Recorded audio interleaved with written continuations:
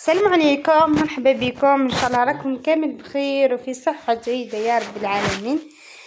نقدم لكم اليوم وصفه بالغرس ولا بالتمر بزاف هايله.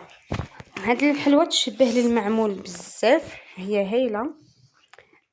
لاباط تاعها بزاف مبسه وطريه، والتمر المحشي لداخل جا بزاف طري، مجاش يابس. شوفوا معنا كيفاش جا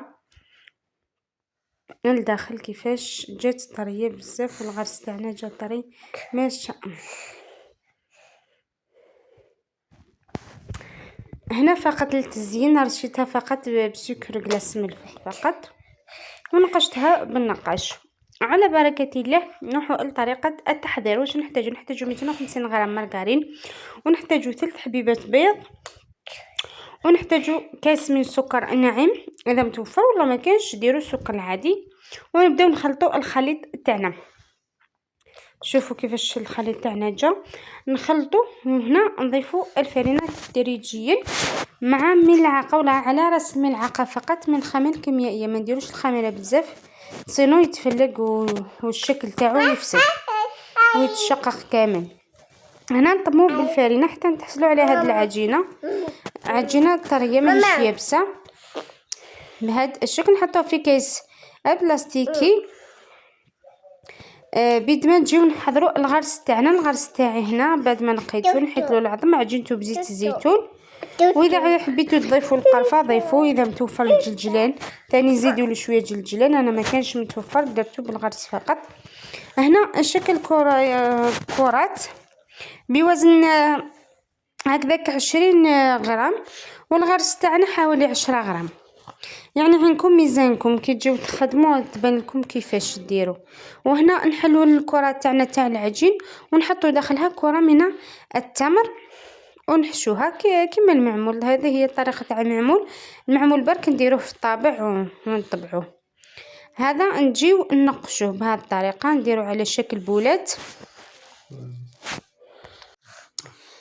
بهذه الطريقه. دوك نجيو نشكلوها بالنقاش فقط.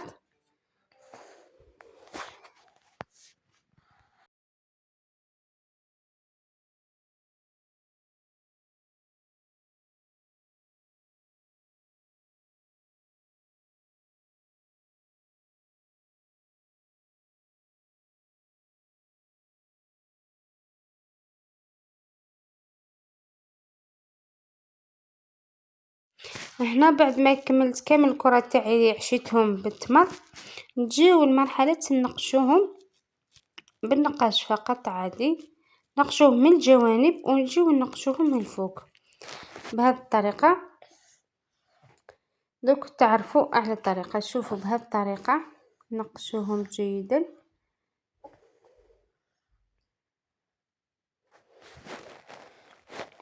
ونعطي لكم فقط واحد لاستيس هكذا باش النقاش تاعكم سواء درتو كعك النقاش ولا اي حاجه تحب النقاش، ديروها في الثلاجه قبل ما تطيبوها حوالي 10 دقائق.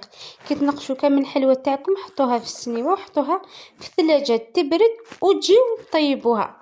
النقاش تاعكم ما يفسدش في الفور، يقعد هكذاك الشكل تاعو واضح.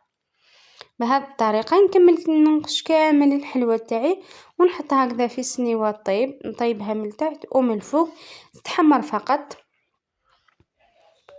وفي النهايه نرش لها فقط رشه من السكر الناعم، تزيين اختياري فقط. هاي الحلوه تاعنا بعد ما طابت جات حمراء من تحت وجات من الفوق صفراء. برك حبيتوا تحمروها اكثر من هكذا حمروها. شفتوا معنا الوصفه تاعنا جات بزاف بنينه. ان شاء الله هاد الوصفات يعجبكم، ان شاء الله تجربوها. انا ما بقى لي غير نقول لكم الى وصفه اخرى، والسلام عليكم.